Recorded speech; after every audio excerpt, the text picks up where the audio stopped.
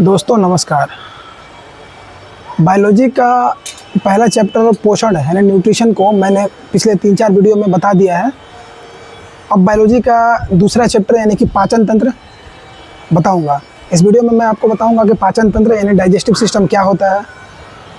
दोस्तों, जो भोजन हम लोग ग्रहण करते हैं उस भोजन को जो है हमारे कोशिकाओं तक पहुँचाना होता है। अब ये कोशिका क्या होता है, ये कोशिका चैप्टर में बताऊंगा, लेकिन फ़िलहाल अभी इतना जान लीजिए कि भोजन जो हम लोग ग्रहण करते हैं तो भोजन का जो अणु होते हैं ना वो जटिल होते हैं। जो भोजन का टुकड़ा होता है वो बड़े बड़े होते हैं, तो वो हमारे शरीर के छोटे छोटे अंग तक नहीं पहुंच पाते हैं।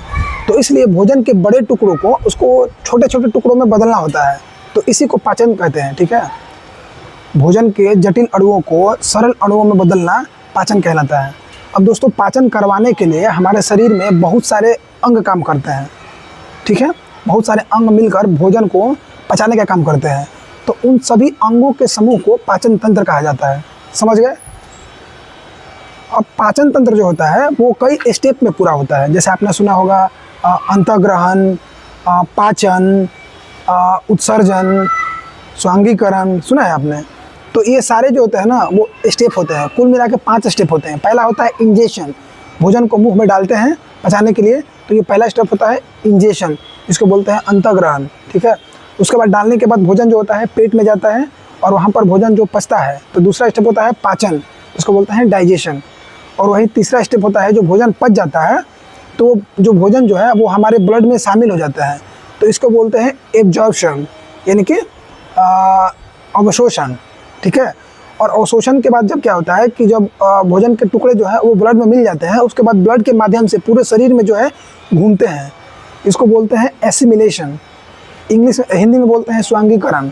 ठीक है, और उसके बाद भोजन जो है हर जगह घूमने के बाद जो है वो वेस्ट बन जाता है। तो वेस्ट के रूप में जो है हमारा भोजन जो है बचा हुआ जो पाचन जिसका नहीं होता है तो उसका हो जाता है इजेशन यानी कि मल त्याग बोलते हैं। तो इन टोटल 5 चरण में हमारा जो है पाचन तंत्र खत्म होता है।